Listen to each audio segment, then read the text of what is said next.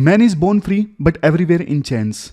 देखो ये रूसो ने बोला था, इंसान का जब जन्म होता है ना, सिर्फ तभी इंसान ना नेचुरली फ्री वाली स्टेट में होता है, बट जैसे जैसे वो सोसाइटी में ग्रो होता है ना, बहुत सारी चेन्स उस इंसान को जकड़ लेती हैं।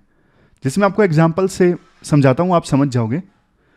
देखो बहुत सारे बच्चे, आपको पता है, अपनी पेरेंट्स की एक्सपेक्टेशन के हिसाब से करियर चूज करते हैं। मेरा बेटा इंजीनियर बनेगा, 3 इडियट्स में जो दिखाया गया था।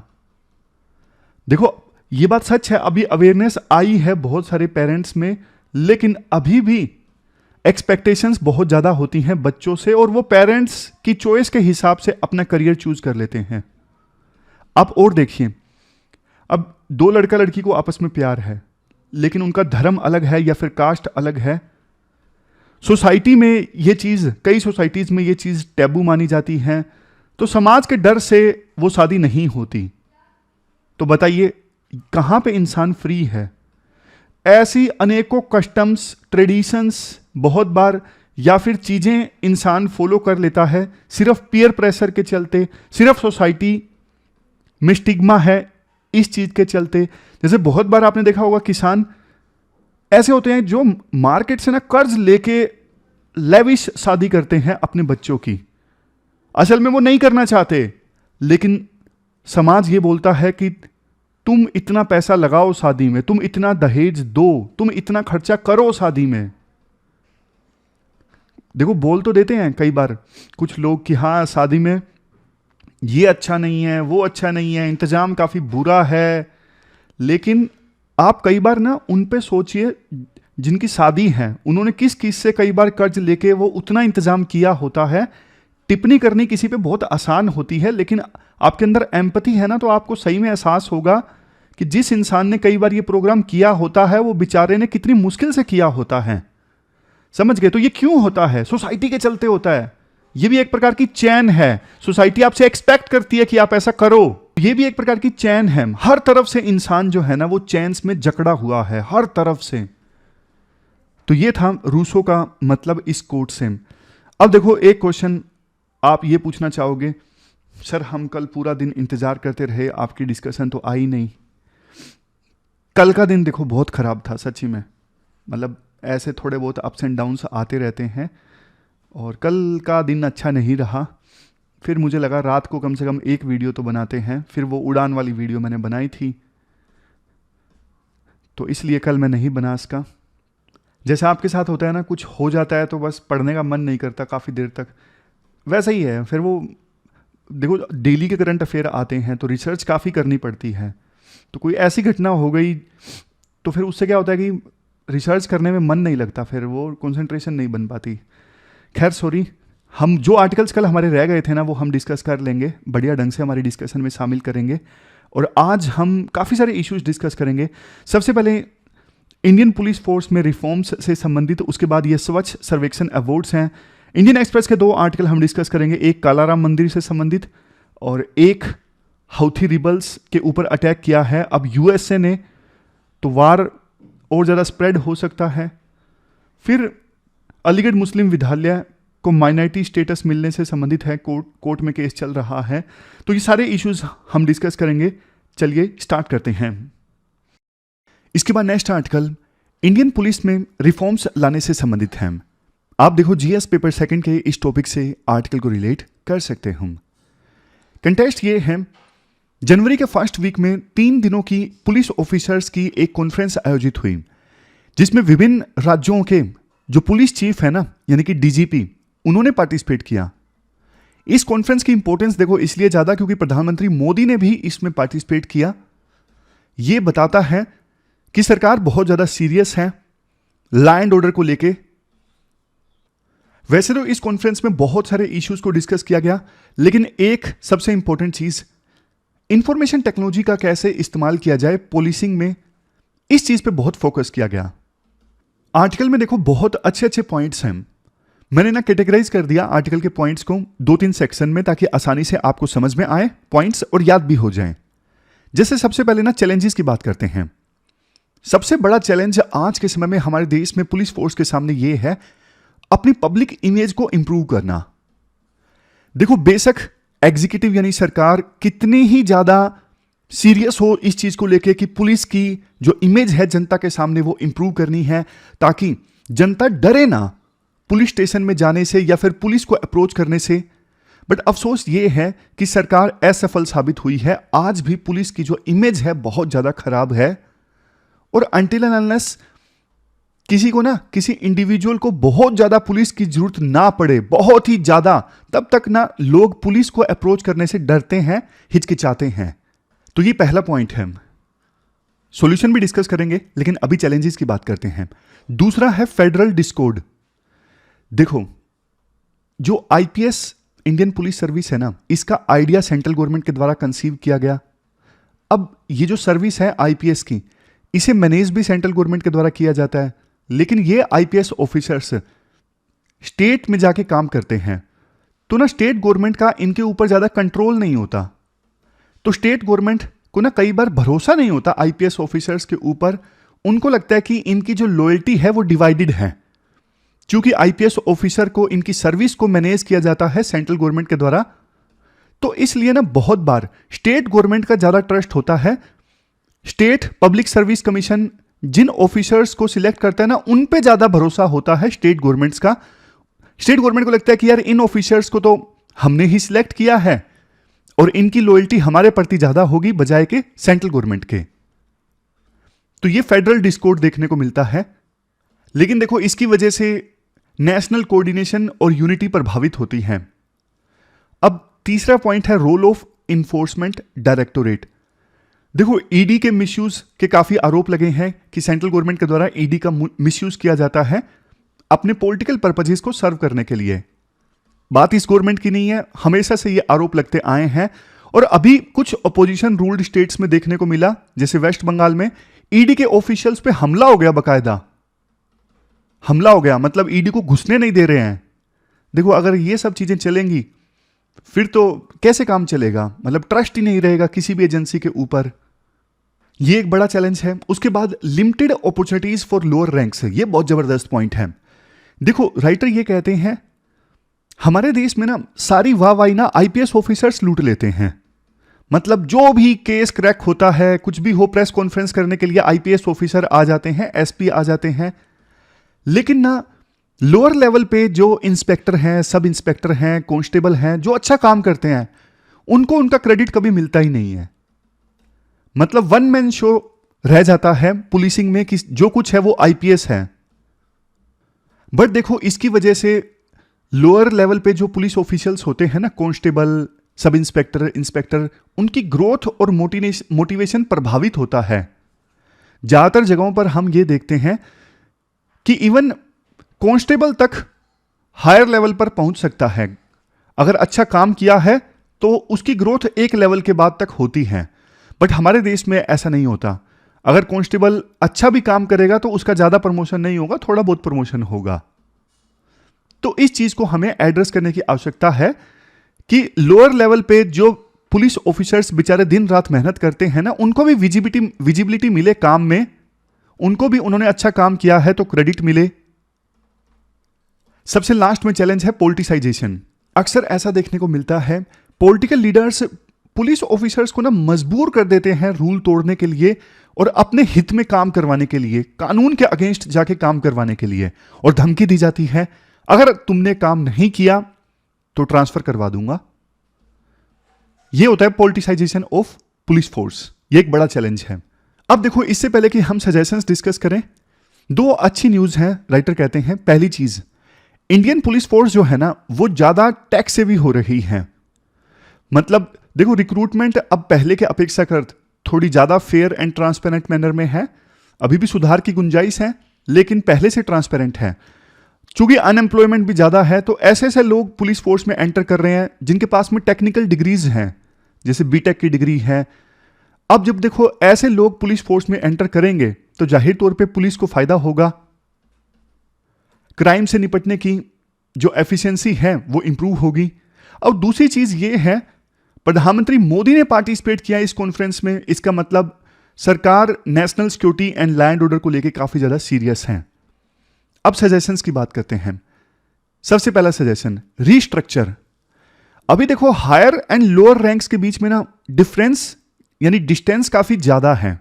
जैसे मैंने आपको बताया, कांस्टेबल और सब इंस्पेक्टर्स को ज्यादा अपॉर्चुनिटी नहीं मिलती ग्रो करने की, उनके पास बहुत बड़ा मोटिवेशन नहीं होता। फिर बहुत से कांस्टेबल्स को यूं लगता है कि यार हमारा प्रमोशन तो एक लेवल के बाद होगा नहीं, कितना भी अच्छा काम कर लें इससे अच्छा पैसा कमा लेते हैं। तो राइटर ये कहते हैं हायर एंड लोअर रैंक्स के बीच में ना डिस्टेंस को कम करना होगा। आप बोलोगे सर डिस्टेंस का क्या मतलब है, डिस्टेंस कैसे कम किया जाए? डिस्टेंस वैसे ही कम किया जाए ना, जैसे एक आईपीएस ऑफिसर के पास में ग्रोथ की बहुत सारी अपॉर्चुनिटीज होती हैं, लगातार प्रमोशन होती रहती है अपने करियर में, उतना तेजी से लोअर रैंक्स पे प्रमोशन नहीं होती। जितनी विजिबिलिटी आईपीएस ऑफिसर्स को मिलती है उतनी विजिबिलिटी लोअर रैंक के ऑफिसर्स को नहीं मिलती। तो मतलब आप ऐसा मत करो आईपीएस ऑफिसर्स के पास ही ज्यादा से ज्यादा पावर्स और लोअर रैंक के ऑफिसर्स के पास कुछ पावर्स नहीं, इसे रिस्ट्रक्चर करो। Next, education and training. देखो पुलिस फोर्स को ना आज के समय में जहां एक तरफ नॉलेज एंड इंटीग्रिटी की तो आवश्यकता है ही, लेकिन एक चीज जो सबसे बड़ी चाहिए कॉमन मैन के लिए, एम्पैथी होनी चाहिए। गरीब आदमी बेचारा आता है पुलिस स्टेशन अपनी शिकायत लेकर, बहुत दुख में होता है, लेकिन बहुत बार ऐसा देखने को मिलता है कि थाने से उसको भगा दिया जाता है। पुलिस सिर्फ इसलिए उसका केस नहीं दर्ज करना चाहती कि एक केस बढ़ जाएगा और पूछा जाएगा कि तुमने ये केस सोल्व किया या फिर नहीं किया। इसके बाद नेक्स्ट, डिसेंट्रलाइजेशन। स्टेट्स को ज्यादा पावर्स दो ताकि वो पुलिस ऑफिसर के ऊपर, इशारा यहां पे आईपीएस के ऊपर है, आईपीएस के ऊपर ज्यादा कंट्रोल हो स्टेट गवर्नमेंट्स का, तो इसे आप इंश्योर करो। Next, stronger ethics. इसके लिए तो देखो अब जीएस पेपर 4 भी है, लेकिन उससे लिमिटेड फर्क पड़ता है। राइटर ये कहते हैं कि देखो पुलिस ऑफिसर पॉलिटिकल प्रेशर के तले ना दबें और नो बोलें सीधा सीधा कि हम आपका गैर कानूनी काम नहीं करेंगे। फेयर एंड अनबाइस्ड मैनर में पुलिस फोर्स काम करे, इसके लिए स्ट्रॉन्ग एथिक्स को प्रमोट करने की आवश्यकता है पुलिस फोर्स में। तो ये कुछ सजेशंस हैं राइटर के। इस प्रकार से हमने ये पूरा आर्टिकल डिस्कस किया इंडियन पुलिस फोर्स में रिफॉर्म्स लाने से संबंधित। चलते हैं आगे। इसके बाद नेक्स्ट आर्टिकल स्वच्छ सर्वेक्षण अवार्ड्स से संबंधित है। अब जीएस पेपर 3 के इन टॉपिक्स से आर्टिकल को रिलेट कर सकते हो।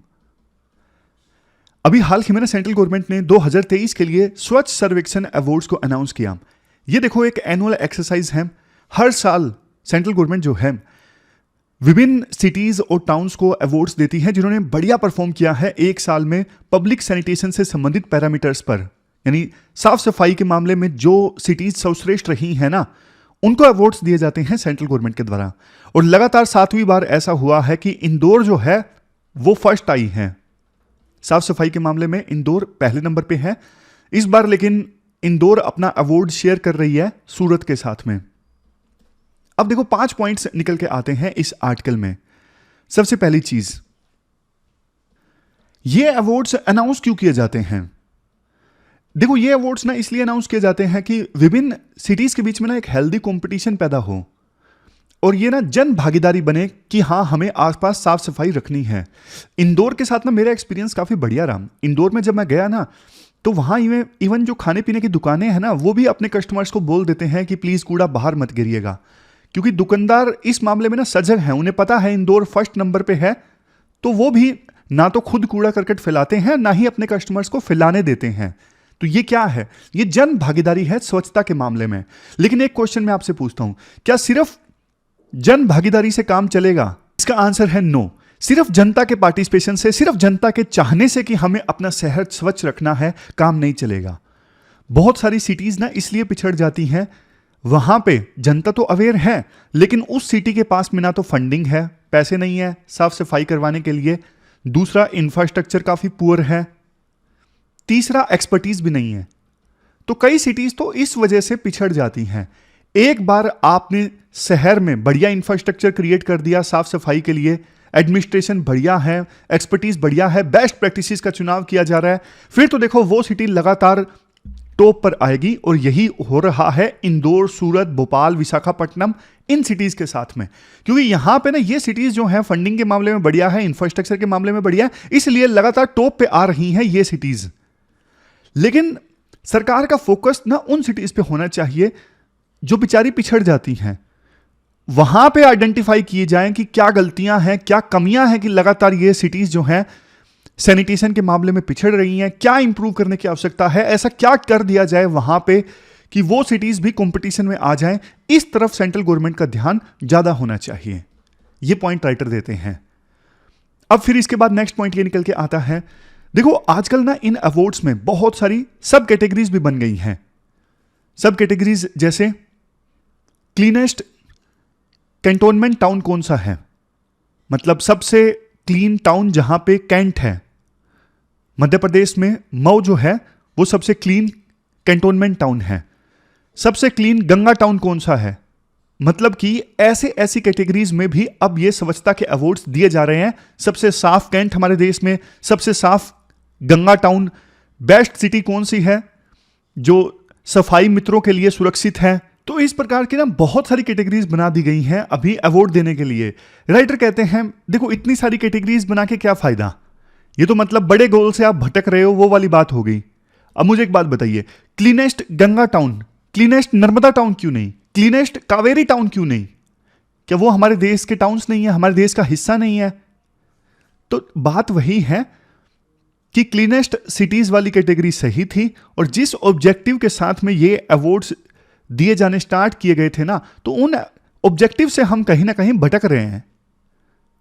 अब देखो बहुत बार ऐसी सिटीज बढ़िया करती हैं साफ सफाई के मामले में, जहां से जो सांसद या एमएलए होते हैं वो केंद्र में मंत्री होते हैं। अब ऐसी सिटीज को ना पैसा बहुत मिलता है, पावर के नजदीक होती हैं ऐसी सिटीज, तो जाहिर तौर पे वो ज्यादा बढ़िया परफॉर्म करेंगी साफ सफाई के मामले में। तो राइटर ये कहना चाहते हैं बहुत सारे ना दूसरे फैक्टर्स भी मैटर करते हैं। उस सिटी की हिस्ट्री क्या है, वहां पे इकोनॉमी कैसी है, इकोनॉमिक कंडीशंस कैसी हैं, लेकिन इन चीजों पे ध्यान नहीं दिया जाता अवार्ड देते वक्त। प्रयास कौन सी सिटी ने बहुत बढ़िया किए हैं, इस चीज को भी तवज्जो मिलनी चाहिए। लास्ट में वे फॉरवर्ड यही निकल के आता है कि ये जो अवार्ड्स है ना सिर्फ एक नंबर गेम ना बन जाए। ये साफ सफाई सैनिटेशन ये तो देखो एक सस्टेनेबल मूवमेंट होनी चाहिए, और सेंट्रल गवर्नमेंट जो है वो ये इंश्योर करे कि वीक सिटीज जो खराब परफॉर्म कर रही हैं उनकी कैसी सहायता की जा सकती है साफ सफाई के मामले में बढ़िया करने के लिए। तो ये पूरा आर्टिकल हमने स्वच्छ सर्वेक्षण अवार्ड से संबंधित डिस्कस किया। चलते हैं आगे। इसके बाद नेक्स्ट आर्टिकल, अलीगढ़ मुस्लिम यूनिवर्सिटी के माइनॉरिटी कैरेक्टर को लेकर डिस्प्यूट है। आप जीएस पेपर 2 से इस आर्टिकल को रिलेट कर सकते हो। देखो इंपॉर्टेंट चीजें मैं आपको बताता हूं इस आर्टिकल में। आर्टिकल 30 क्या कहता है, माइनॉरिटीज के पास अधिकार है अपना एजुकेशनल इंस्टीट्यूशन एस्टैब्लिश करने का और एडमिनिस्ट्रेशन करने का, चाहे वो रिलीजियस माइनॉरिटी हो या फिर लैंग्वेज माइनॉरिटी हो। उनके पास अपनी चॉइस का एजुकेशनल इंस्टीट्यूशन एडमिनिस्ट्रेट करने का अधिकार है। फिर एक बात ये बोली गई है इसी आर्टिकल में, स्टेट ना एजुकेशनल इंस्टीट्यूशंस को एड देते वक्त डिस्क्रिमिनेट नहीं करेगा कि कोई ऐसा तो नहीं एजुकेशनल इंस्टीट्यूशन जो है वो माइनॉरिटी मैनेजमेंट के अंतर्गत है तो उसे कम एड दी जाए, नहीं। सेंट्रल गवर्नमेंट भेदभाव नहीं करेगी ऐसे संस्थानों के साथ में। अब देखो जो डिस्प्यूट चल रहा है ना, वैसे तो बहुत पुराना है कि अलीगढ़ मुस्लिम यूनिवर्सिटी जो है वो माइनॉरिटी कैरेक्टर वाली है या नहीं है आर्टिकल 30 के अंतर्गत, लेकिन रिसेंट की जो डिस्प्यूट है ना वो मैं आपको बता देता हूं। 2006 में ना इलाहाबाद हाईकोर्ट का एक वर्डिक्ट आया जिसमें उन्होंने बोला एएमयू जो है वो माइनॉरिटी इंस्टीट्यूशन नहीं है। अब देखो उस समय यूपीए की सरकार थी, तो यूपीए ने ना इलाहाबाद हाईकोर्ट के इस डिसीजन को चैलेंज कर दिया। मामला सुप्रीम कोर्ट में पहुंचा। अब सरकार चेंज हो गई 2014 में, तो 2016 में ना एनडीए की सरकार ने ये जो केस था ना वापस ले लिया सुप्रीम कोर्ट से और बोला कि देखो थोड़ा संवैधानिक कंसिडरेशंस हम करेंगे, फैक्ट्स थोड़ा चेंज हुए हैं, इसलिए हम ये केस वापस ले रहे हैं। जाहिर तौर पे देखो सीधा सीधा बोलूं तो कांग्रेस चाहती थी कि एएमयू के पास में माइनॉरिटी कैरेक्टर रहे, माइनॉरिटी इंस्टीट्यूशन एएमयू रहे, और बीजेपी नहीं चाहती थी, एनडीए नहीं चाहती थी, इसलिए उन्होंने ये केस वापस लेने के लिए बोला 2016 में। लेकिन देखो मीनवाइल ना 2019 में ये जो इशू था ना बड़ी सुप्रीम कोर्ट की बेंच के पास भेज दिया गया डिसाइड करने के लिए, भाई किसी भी संस्थान को अगर माइनॉरिटी स्टेटस देना है तो उसके लिए क्या पैरामीटर्स होने चाहिए, ये सब चीजें डिसाइड करेगी सुप्रीम कोर्ट की एक बड़ी बेंच। मैं एक क्वेश्चन आपसे ये पूछता हूं कि अगर देखो एएमयू को माइनॉरिटी कैरेक्टर मिल जाता है, माइनॉरिटी स्टेटस मिल जाता है, तो फायदा क्या होगा? फायदे देखो बहुत सारे होंगे, ये फायदे होंगे, ये आपको पता होना चाहिए, इस पे क्वेश्चन यूपीएससी पूछ सकती है। अगर देखो आर्टिकल 30 के अंदर माइनॉरिटी स्टेटस एएमयू को मिल जाता है तो यूनिवर्सिटी को ज़्यादा ऑटोनमी मिलेगी, क्योंकि फिर तो जैसा आर्टिकल 30 में बोला गया है कि रिलीजियस माइनॉरिटीज़ को और लिंग्विस्टिक माइनॉरिटीज़ को पूरा पूरा अधिकार है अपने हिसाब से संस्थान को चलाने का, तो ऑटोनमी ज़्यादा मिल जाएगी एएमयू को। फिर दूसरी चीज़ ये होगी, एएमयू जो है 50% सीट्स तक मुस्लिम स्टूडेंट्स के लिए आरक्षित रख सकता है। इससे फायदा ये होगा, कई सारी जो रिपोर्ट्स आई जैसे सच्चर कमेटी रिपोर्ट जिसमें बोला गया कि मुस्लिम्स की कंडीशन हमारे देश में खराब है और एजुकेशनली पिछड़े हुए हैं मुस्लिम्स, तो ये 50% कोटा मिलेगा, तो इससे ना थोड़ा थोड़ा आप कह सकते हो मुस्लिम्स की एजुकेशनल बैकवर्ड्स को एड्रेस करने की दिशा में हम आगे बढ़ेंगे। नेक्स्ट पॉइंट, एएमयू को ज़्यादा फ्लेक्सिबिलिटी मिलेगी। अगर एएमयू को माइनॉरिटी स्टेटस मिलता है तो वो अपने हिसाब से ज़्यादा मुस्लिम्स रिक्रूट कर सकते हैं फैकल्टीज़ में, मुस्लिम्स को ज़्यादा लीडरशिप पोजीशन दी जा सकती है एएमयू में। चौथा पॉइंट, एएमयू को ज़्यादा ग्रांट एंड एड मिलेगी, मतलब सरकार माइनॉरिटी संस्थानों के लिए जो ग्रांट एलोकेट करती है ना, उसका एक हिस्सा एएमयू को भी मिलेगा और वो हिस्सा यानी वो ग्रांट एएमयू फिर इस्तेमाल कर सकती है सेंटर ऑफ एक्सीलेंस इस्टेब्लिश करने के लिए और इंफ्रास्ट्रक्चर को अपग्रेड करने के लिए। 5वें नंबर पे, अगर देखो माइनॉरिटी स्टेटस मिलता है एएमयू को, तो इससे होगा क्या, एएमयू का जो करेक्टर है ना, जो ओरिजिनली एनविसाज किया गया था सर सैयद अहमद खान के द्वारा जब एएमयू को इस्टेब्लिश किया गया था, वो करेक्टर थोड़ा कंजर्व हो सकेगा। मैं आपको बता दूं कि एएमयू को कब इस्टेब्लिश किया गया था, 1875 में, और इस उद्देश्य के साथ इस्टेब्लिश किया गया था कि मुस्लिम्स को ना मॉडर्न सेकुलर एजुकेशन प्रोवाइड की जा सके। तो अगर एएमयू को माइनॉरिटी स्टेटस मिलता है तो यूनिवर्सिटी का जो ओरिजिनल विजन था ना, उसको अचीव करने की दिशा में ये यूनिवर्सिटी आगे बढ़ेगी, बेहतर ढंग से मुस्लिम्स को modern and secular education provide करना। अब देखो बहुत सारे आर्गुमेंट्स ना ऐसे हैं जो अगेंस्ट दिए जाते हैं कि एएमयू को माइनॉरिटी स्टेटस नहीं देना चाहिए।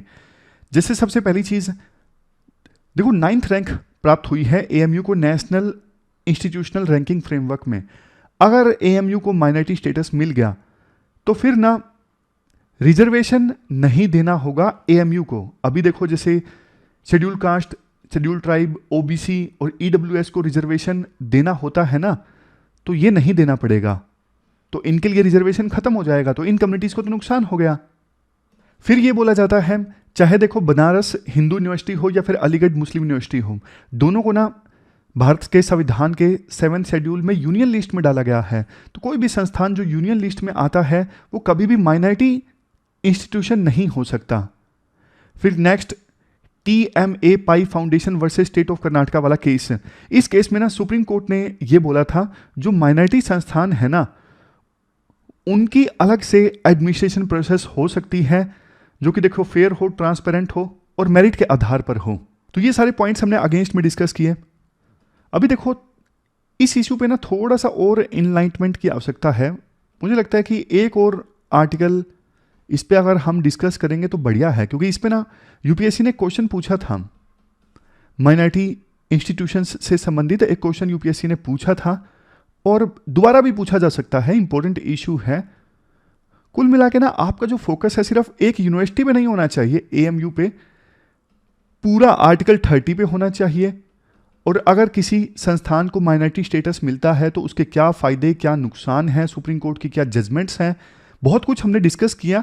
लेकिन मुझे अंदर से फील आया अभी थोड़ा बहुत और डिस्कस हो सकता है, तो एक और आर्टिकल इस पे हम डिस्कस करेंगे। इसके बाद नेक्स्ट आर्टिकल इंडियन एक्सप्रेस का ना नासिक में मौजूद कालाराम टेम्पल से संबंधित है। देखो इस टेम्पल में हाल ही में प्रधानमंत्री मोदी ने विजिट किया, इवन उद्धव ठाकरे ने भी ये बोला है 22 जनवरी को जब भगवान राम का अयोध्या में प्राण प्रतिष्ठा समारोह होगा तो वो यहीं पर रहेंगे कालाराम मंदिर में।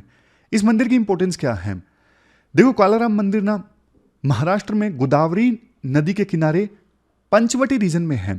पंचवटी रीजन क्या है? देखो मान्यता ये है भगवान राम ने जब 14 साल का वनवास काटा था ना, तो शुरुआती सालों में यहीं पर इसी रीजन में उन्होंने अपनी कुटिया बनाई थी। पंचवटी मतलब 5 बरगद के पेड़, चूंकि यहाँ पे 5 बरगद के पेड़ थे तो ये रीजन काफी शुभ था कुटिया बनाने के लिए, और यहीं पर वो घटना हुई थी सीता हरण वाली। अब देखो कालाराम टेम्पल इसलिए क्योंकि यहाँ पर ना भगवान राम, लक्ष्मण जी की और सीता जी की जो मूर्तियां हैं ना वो काली हैं, ब्लैक हैं, जैसा कि आप तस्वीर में देख सकते हो। गेट पे भगवान हनुमान की जो मूर्ति है वो भी कलर में काली है, इस वजह से नाम है कालाराम टेम्पल। अब देखो जैसे टाइटल में बोला गया है, अंबेडकर ने यहाँ पे क्यों विजिट किया था। देखो ये अंबेडकर ने यहाँ पे ना ऑलमोस्ट 90 साल पहले यानी 1927 में विजिट किया था। एक तो वो थे और उस समय उनके साथ में ना एक मराठी टीचर थे पांडुरंग सदाशिव साने। दोनों ने मिलकर उस समय टेम्पल एंट्री मूवमेंट चलाई थी दलितों के लिए कि हिंदू टेम्पल्स में दलितों का आना बैन नहीं होना चाहिए। 1930 में अंबेडकर ने एक बहुत बड़ा प्रोटेस्ट ऑर्गेनाइज किया था कालाराम टेम्पल के बाहर, और दूर दूर से लोग आए थे यहाँ पे नासिक में ट्रकों में भर भर के, और मंदिर के आर पार मतलब चारों ओर बहुत ज़्यादा भीड़ इकट्ठी हो गई थी। आने वाले कुछ दिनों में गाने गाए गए, स्लोगन्स रेज किए गए और मांग की गई कि दलितों की एंट्री होनी चाहिए टेम्पल्स में। तो बाद में देखो एक प्रोसेशन जा रहा था रामनवमी के दिन, और उस समय थोड़ा वायलेंस भी हो गया था, लेकिन अंबेडकर जी ने कंट्रोल कर लिया था वो। 1935 तक यह आंदोलन चलता रहा। तो ऐतिहासिक सिग्निफिकेंस भी है इस टेम्पल की। थोड़ा सा टेम्पल के बारे में जाने। 1792 में यह टेम्पल बना था सरदार रंगाराव ओढेकर के प्रयासों से। और जो वेबसाइट है ना मंदिर की, श्री कालाराम मंदिर संस्थान की वेबसाइट पे लिखा हुआ है कि यहां पर ना मंदिर की स्थापना कैसे हुई थी। सरदार ओढेकर के सपने में यह चीज आई कि गोदावरी में ना भगवान राम की काले रंग की मूर्ति है, तो सपने के आधार पे उस मूर्ति को रिकवर किया गया और यहां पे टेम्पल बनाया गया। और जहां पे मूर्ति मिली थी उस स्थान को आज के समय में बोला जाता है रामकुंड। मेन टेम्पल में देखो 14 स्टेप्स हैं, 14 सीढ़ियां हैं, क्योंकि भगवान राम ने 14 साल का वनवास काटा था। और 84 पिलर्स हैं। हर एक पिलर जो है वो 1 लाख स्पीसीज को रिप्रेजेंट करता है। 84 पिलर मतलब 84 लाख स्पीसीज, मतलब इतनी स्पीसीज में जीवन काटने के बाद फाइनली कोई भी इंसान के तौर पे जन्म लेता है। संस्थान की वेबसाइट पे एक चीज ये भी बोली गई है कि यहाँ पे ना बहुत पुराना पेड़ है, और ये बोला जाता है कि पेड़ के नीचे ना एक पत्थर दबा हुआ है जिस पर भगवान दत्तात्रेय के फुटप्रिंट्स हैं। तो ये पूरा आर्टिकल हमने डिस्कस किया कालाराम मंदिर से संबंधित। यूपीएससी प्री में क्वेश्चन पूछ सकती है, मेंस में तो शायद क्वेश्चन आने की संभावना कम है। देखो इसके बाद ना इंडियन एक्सप्रेस का एक और आर्टिकल है, तो नई डेवलपमेंट हुई है वो मैं आपको बता देता हूं। देखो हमें ये तो पता है, हमने काफी बार डिस्कस किया है, हाउथी रिबल्स यमन में जिनको ईरान के द्वारा सपोर्ट किया जाता है, देखो वो ना रेड सी और रेड सी के आसपास ना उन शिप्स को टारगेट कर रहे थे जो इजराइल जा रहे थे या फिर इजराइल से आ रहे थे।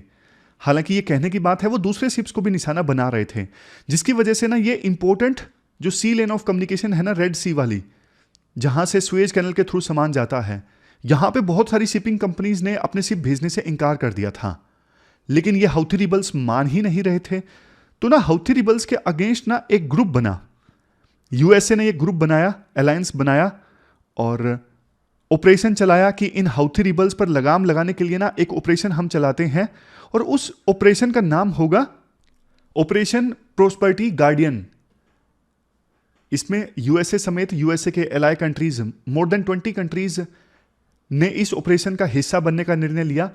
लेकिन देखो बावजूद इसके हाउथी रिबल्स मान ही नहीं रहे थे।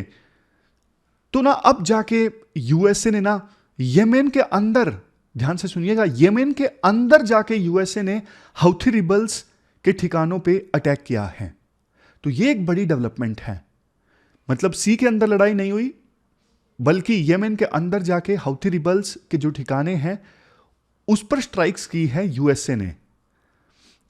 देखो यूएसए ना एक चीज से काफी डर रहा था कि ना इजराइल हमास का जो युद्ध है ना वो बाकी रीजन में ना फैल जाए, किसी भी प्रकार से बाकी रीजन में नहीं फैलना चाहिए। और इसके लिए यूएसए के विदेश मंत्री, डिफेंस मिनिस्टर ये कोशिश भी कर रहे थे। और यूएसए ने लेकिन अब जो निर्णय लिया है ना कि यमेन के अंदर जाके हाउथीज के ऊपर अटैक करना, तो मतलब यूएसए जो है रिस्क लेने को तैयार है कि अगर देखो थोड़ा सा युद्ध बढ़ता है तो बढ़े, लेकिन ये जो सी लेन ऑफ कम्युनिकेशन है ना ये सिक्योर रहनी चाहिए और हाउथीज को सबक सिखाना जरूरी है। हाउथीज वैसे देखो सिया है और ईरान सिया ग्रुप्स को सपोर्ट करता है, जैसे हौथी सिया है, हिजबुल्ला भी सिया ग्रुप है, इनको सपोर्ट करता है। लेकिन हैरानी वाली बात यह है हमास जो है वो एक सुन्नी ग्रुप है, उसको भी ईरान सपोर्ट करता है। वो इसलिए क्योंकि पावर राइवलरी है, मतलब ईरान जो है मुस्लिम वर्ल्ड का लीडर बनना चाहता है और यह दिखा के कि देखो हम ही हैं जो मुस्लिम्स की मदद कर सकते हैं। इसी वजह से ईरान जो है सुन्नी हमास की मदद कर रहा है। वैसे देखो जो हौथीज है ना, येमेन में सिविल वार में काफी समय से फंसे हुए हैं। किसके अगेंस्ट? सऊदी अरेबिया, यूएई, इनका अलायंस है जो हौथी रिबल्स के अगेंस्ट लड़ रहा है येमेन में, और हौथी रिबल्स को ईरान के द्वारा सपोर्ट किया जा रहा है। लेकिन अभी ना पीस प्रोसेस चल रही थी कि परमानेंट युद्ध विराम हो जाए और येमेन सिविल वार, अभी तो सीज फायर है लेकिन परमानेंट कोई नतीजा निकले। तो कुछ एक्सपर्ट्स को डर यह भी था कहीं ये पीस प्रोसेस पटरी से ना उतर जाए यूएसए के हौथी रिबल्स के ठिकानों पर हमला करने के कारण। तो ये देखो पूरा आर्टिकल यही है। और एक बात राइटर ये भी बोलते हैं कि देखो ना बहुत सारे यूएसए के जो अलाय कंट्रीज है ना वो ग्रुप का पार्ट बेशक बन गए हैं इस ऑपरेशन का, ऑपरेशन प्रोस्पेरिटी गार्डियन, बट वो भी डरते हैं कि यार हमने सैनिक भेजे मिडिल ईस्ट में यूएसए के साथ लड़ने के लिए, तो कहीं यार हम युद्ध में फंस ना जाएं। मिडिल ईस्ट तो वैसे भी बहुत वोलेटाइल रीजन है, कब किसके ऊपर अटैक हो जाए, कब किसकी लड़ाई हो जाए पता नहीं लगता, काफी वोलेटाइल रीजन है।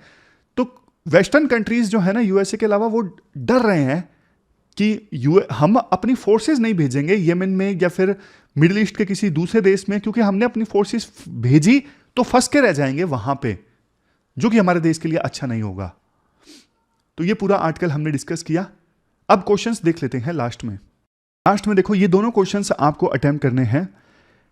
पहला क्वेश्चन तो देखो माइनॉरिटी एजुकेशनल संस्थान के द्वारा क्या राइट्स एंजॉय किए जाते हैं इस इश्यू से संबंधित, और दूसरा पब्लिक परसेप्शन हमारे देश में पुलिस की इतनी ज़्यादा खराब क्यों है, क्या रीजंस है, उसको एनालाइज करना है। मतलब क्वेश्चन के आगे और भी पार्ट्स हैं, ध्यान से पढ़िए और आंसर दीजिए। दोनों क्वेश्चंस के आंसर आपको 250 वर्ड्स में देने हैं। pwonlyas.com पे जाके आप इन दोनों क्वेश्चंस के आंसर दे सकते हो। तो ये थी हमारी आज की डिस्कशन। कैसे लगी आपको डिस्कशन आप बताइए कमेंट बॉक्स में। मिलते हैं एक नई डिस्कशन के साथ, तब तक के लिए thank you very much for discussion.